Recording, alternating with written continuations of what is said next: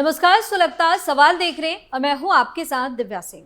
दिल्ली विधानसभा चुनाव में हार के बाद आम आदमी पार्टी को झटके पर झटका लग रहा है। इस बार केजरीवाल का चहेता भारी मुसीबत में फंस गया है। जी हां, सत्येंद्र जैन के रातों की नींद उड़ी हुई है, क्योंकि अब राष्ट्रपति द्रौपदी मुर्मू ने आप नेता सत्येंद्र जैन पर मनी लॉन्ड्रिंग का केस चलाने के लिए ईडी को इजाजत दे दी है। इतना ही नहीं, दिल्ली में बीजेपी की सरकार बनने के बाद से ही आप नेताओं में भगदड़ मची हुई है। आपके कई नेता अंडरग्राउंड हो गए हैं, क्योंकि ये अलग अलग कानूनी पचड़े में फंसे हुए हैं और इनको डर है कि बीजेपी की सरकार बनने के बाद कहीं हमें हमारी करतूतों की वजह से तिहाड़ न जाना पड़े। आम आदमी पार्टी की इस हालत पर तमाम तरह के सवाल सुलग रहे हैं। क्यों बढ़ गई अरविंद केजरीवाल की परेशानी? क्या सत्येंद्र जैन पर चलेगा मनी लॉन्ड्रिंग का केस? कैसे मची राष्ट्रपति के परमिशन से आप में भगदड़?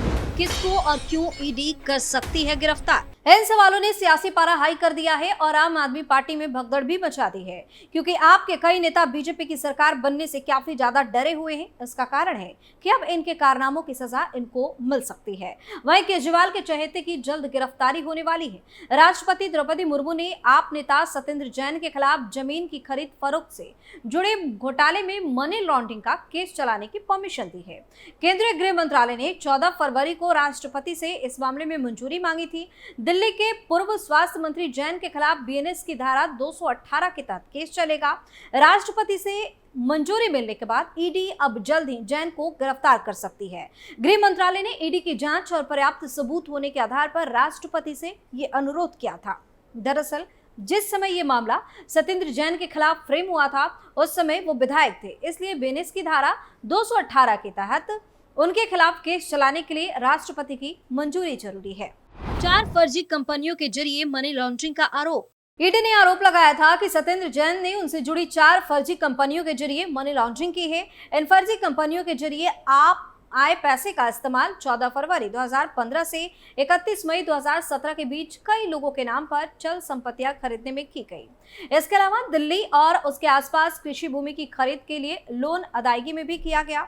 जैन के मालिकाना हक वाली कई कंपनियों ने हवाला के माध्यम से कोलकाता स्थित एंट्री ऑपरेटरों को कैश ट्रांसफर के बदले शेल कंपनियों से 4 करोड़ 81 लाख रुपए प्राप्त किए। सत्येंद्र के अलावा उनकी पत्नी पूनम जैन, अजीत प्रसाद जैन, सुनील कुमार जैन, वैभव जैन और अंकुश जैन के खिलाफ भी मामला दर्ज किया गया था।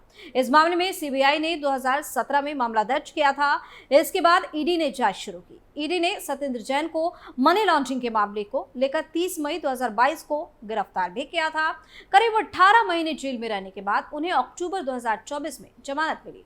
इस बीच उन्हें इलाज के लिए अंतरिम जमानत भी मिली। इस मामले में वे 872 दिन तिहाड़ जेल में रहे। कैसे हुआ बॉडी मसाज का वीडियो वायरल? जेल में सत्येंद्र जैन का हेड बॉडी मसाज के वीडियो वायरल हुए थे। दिल्ली के तिहाड़ जैसे सत्येंद्र जैन के 4 वीडियो वायरल हुए थे। इन्हें सीसीटीवी फुटेज बताया गया था। इन वीडियो में साफ नजर आ रहा था कि एक शख्स सत्येंद्र जैन की फुट, हेड और बॉडी मसाज कर रहा है।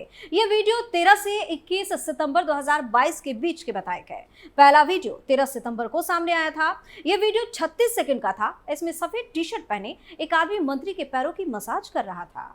बेड पर लेटे हुए सत्येंद्र जैन कुछ पेपर पढ़ रहे थे। बिस्तर के पास रखी कुर्सी पर आराम से तकिया या मंसर भी दिखाई दे रहे थे। उनके बेड पर भी ऑर्थोपेडिक पिलो जैसा तकिया नजर आ रहा था। एक तकिए पर रिमोट पड़ा था। कमरे में मिनरल वाटर की बोतलें भी दिख रही थी। इसके बाद 14 सितंबर को दूसरा वीडियो सामने आया। यह वीडियो 26 सेकंड का है। इसमें सत्येंद्र जैन आराम से बिस्तर पर लेटे हुए हैं और एक आदमी उनके पैर दबा रहा है। उनके कमरे में कुर्सी पर न्यूज़पेपर या मैगजीन भी दिखाई दे रही है। वायरल वीडियो ने कैसे मचाया बवाल? सत्येंद्र जैन का तीसरा वीडियो 14 सितंबर को ही आया। ये वीडियो भी 26 सेकंड का है। इसमें सत्येंद्र जैन कुर्सी पर बैठे हुए हैं और एक व्यक्ति उनके सिर की मसाज कर रहा है। कमरे में एक जोड़ी जूते और एक जोड़ी चप्पलें भी नजर आ रही हैं। इस वीडियो में भी उनके बिस्तर पर एक रिमोट दिखाई दे रहा था। इसके बाद 21 सितंबर को भी एक वीडियो सामने आया। तिहाड़ जेल से सत्येंद्र जैन के चौथे वीडियो में 4 लोग उनके कमरे में मौजूद दिखाई दे रहे थे और मंत्री उनसे चर्चा कर रहे थे। इनमें से एक व्यक्ति मंत्री की मसाज करने वाला है। वो उनके पैरों की मसाज कर रहा था। ऐसे ही एक और वीडियो में जैन की हैंड मसाज की जा रही थी। राष्ट्रपति की मंजूरी क्यों है जरूरी? सत्येंद्र जैन के मामले में राष्ट्रपति की मंजूरी के बाद कई तरह की चर्चा शुरू हो गई है। सवाल ये है कि मंजूरी जरूरी क्यों? तो इसमें बताया गया कि ईडी को जांच में सत्येंद्र जैन के खिलाफ कानूनी कार्रवाई के लिए पर्याप्त सबूत मिले हैं, इसलिए भारतीय नागरिक सुरक्षा संहिता 2013 की धारा 218 के तहत मुकदमे की अनुमति मांगी गई थी। राष्ट्रपति द्रौपदी मुर्मू ने परमिशन दे दी है। बता दें कि विधायकों सांसदों पर मुकदमा चलाने के लिए राष्ट्रपति की अनुमति लेने की व्यवस्था बकायदा कानून में की गई है। सुप्रीम कोर्ट के वकील अश्विनी कुमार दुबे के अनुसार भारतीय नागरिक सुरक्षा संहिता 2023 की धारा 218 न्यायाधीशों और लोक सेवकों पर उनके आधिकारिक कर्तव्यों के दौरान किए गए अपराधों के लिए मुकदमा चलाने के प्रोटोकॉल की रूपरेखा तैयार करती है। इनके मुताबिक ये जरूरी है कि कोई भी अदालत उचित सरकारी प्राधिकरण की पूर्व मंजूरी के बिना ऐसे अपराधों का संज्ञान नहीं लेती। इस प्रावधान का उद्देश्य अधिकारियों को दुर्भावनापूर्ण मुकदमों से बचाना है। यह सुनिश्चित करना है कि वे बिना किसी अनुचित हस्तक्षेप के अपने कर्तव्यों का पालन कर सके। चूंकि सांसद विधायक के मामले में उचित प्राधिकारी राष्ट्रपति है, इसलिए इनसे परमिशन लेनी बेहद जरूरी है। आम आदमी पार्टी ने क्या लगाया आरोप? सुप्रीम कोर्ट के वकील कुमार दुबे का कहना है कि इसमें ऐसे अपराध शामिल हैं जो कथित तौर पर आधिकारिक कर्तव्यों के निर्वहन में या कार्य करने का दावा करते समय किए गए। लोकपाल और लोकायुक्त अधिनियम 2013 में दिए गए प्रावधानों को छोड़कर न्यायालय संबंधित सरकारी प्राधिकरण से पूर्व मंजूरी के बिना ऐसे अपराधों का संज्ञान नहीं ले सकते। जबकि ईडी ने दिल्ली की एक अदालत से आग्रह किया है कि सत्येंद्र जैन के खिलाफ आरोप तय करे। कोर्ट ने आरोप तय करने पर विचार करने के लिए आगे की सुनवाई भी निर्धारित की है। ऐसे में जरूरी हो जाता है कि राष्ट्रपति की मंजूरी ली जाए। अदालत में मामला चलाने से पहले मंजूरी क्यों? अब इस मामले में मुकदमा चलाने के लिए राष्ट्रपति से मंजूरी मिलने के बाद विवाद खड़ा हो गया है। आम आदमी पार्टी के प्रवक्ता और वकील सर्वेश मिश्रा का कहना है कि कानून ये है कि विधायक और मंत्री के खिलाफ केस करने के लिए गृह मंत्रालय को राष्ट्रपति की अनुमति लेनी होती है। हालांकि कई ऐसे मामले भी आए जिसमें सीबीआई, ईडी ने बिना अनुमति के लिए केस किया, गिरफ्तारी की और बाद में अनुमति ली गई। सत्येंद्र जैन के मामले में भी ऐसा ही किया गया। सांसदों, विधायकों की गिरफ्तारी को लेकर विवाद उठते ही रहते हैं। खुद दिल्ली के मुख्यमंत्री रहे अरविंद केजरीवाल की गिरफ्तारी पर भी खूब बवाल मचा था। दिल्ली के कथित शराब घोटाले और धन शोधन के मामले में तत्कालीन मुख्यमंत्री अरविंद केजरीवाल को ईडी और फिर सीबीआई ने गिरफ्तार किया था। ईडी के मामले में केजरीवाल को जमानत मिलते ही सीबीआई ने गिरफ्तार कर लिया था। तब भी आम आदमी पार्टी ने उनकी गिरफ्तारी को अवैध बताया था। केजरीवाल से पहले दिल्ली के उप मुख्यमंत्री रहे मनीष सिसोदिया को भी गिरफ्तार किया गया था। इस पर भी खूब विवाद देखने को मिला। कोर्ट ने क्यों किया याचिका पर सुनवाई से इनकार? वहीं दूसरी तरफ राउस एवेन्यू कोर्ट ने मानहानि मामले में बीजेपी सांसद बांसुरी स्वराज को बड़ी राहत दी है। कोर्ट ने आम आदमी पार्टी के नेता सत्येंद्र जैन की ओर से बीजेपी सांसद के खिलाफ दायर आपराधिक मानहानि मामले पर संज्ञान लेने से ही इनकार कर दिया। सत्येंद्र जैन आरोप लगाए थे कि बीजेपी सांसद बांसुरी स्वराज ने एक इंटरव्यू के दौरान उनके खिलाफ मानहानिकारक बयान दिए थे। बांसुरी स्वराज ने क्या कहा था? आम आदमी पार्टी के नेता सत्येंद्र जैन ने दावा किया कि बांसुरी स्वराज ने कहा था कि ईडी की तलाशी के दौरान उनके परिसर में 3 करोड़ रुपए नगद और 1 किलो 80 ग्राम के साथ 133 सोने के सिक्के बरामद हुए। उन्होंने दावा किया कि बीजेपी सांसद ने उन्हें भ्रष्ट और धोखाधड़ी कहकर बदनाम करने की कोशिश की थी।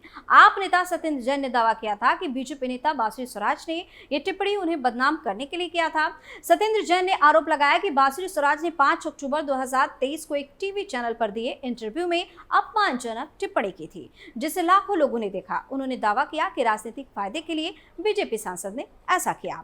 इससे पहले कोर्ट ने 16 दिसंबर 2024 को बीजेपी सांसद बांसुरी स्वराज और न्यूज चैनल को समन से पहले नोटिस जारी कर जवाब मांगा था। वहीं बीजेपी सांसद बांसुरी स्वराज के वकील ने 13 जनवरी 2025 को कोर्ट में कहा था कि यह शिकायत राजनीति से प्रेरित है और इसका शिकायतकर्ता यानी कि सत्येंद्र जैन इसका इस्तेमाल राजनीति के लिए कर रहे हैं। सत्येंद्र जैन इसी मामले में हिरासत में थे। उन्होंने कहा कि यह बयान सार्वजनिक डोमेन में उपलब्ध सामग्री और अदालत की ओर से टिप्पणियों के आधार पर ही किए गए थे। तो चारों तरफ से आम आदमी पार्टी के नेताओं की हालत खराब होती जा रही है। केजरीवाल को भी एक के बाद एक कई झटके लग रहे हैं और कहा जा रहा है कि अब दिल्ली में बीजेपी की सरकार बनने के बाद आम आदमी पार्टी के बुरे दिन की शुरुआत भी हो गई है। पहले से विवादों में फंसे नेताओं पर गिरफ्तारी की तलवार लटक रही है और इसके डर से कई नेता अंडरग्राउंड भी हो गए हैं। वहीं दिल्ली में सरकार बनते ही बीजेपी ताबड़तोड़ एक्शन में दिख रही है, जिससे केजरीवाल काफी ज्यादा परेशान और डरे हुए हैं। सुलगता सवाल में फिलहाल इतना ही। आप अपनी राय हमें कमेंट करके जरूर बताएं और देखते रहिए कैपिटल टीवी। धन्यवाद।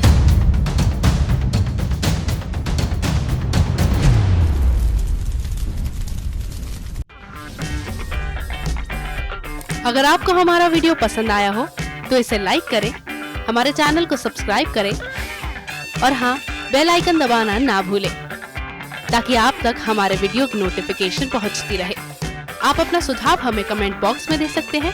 हमारे साथ जुड़ने के लिए शुक्रिया।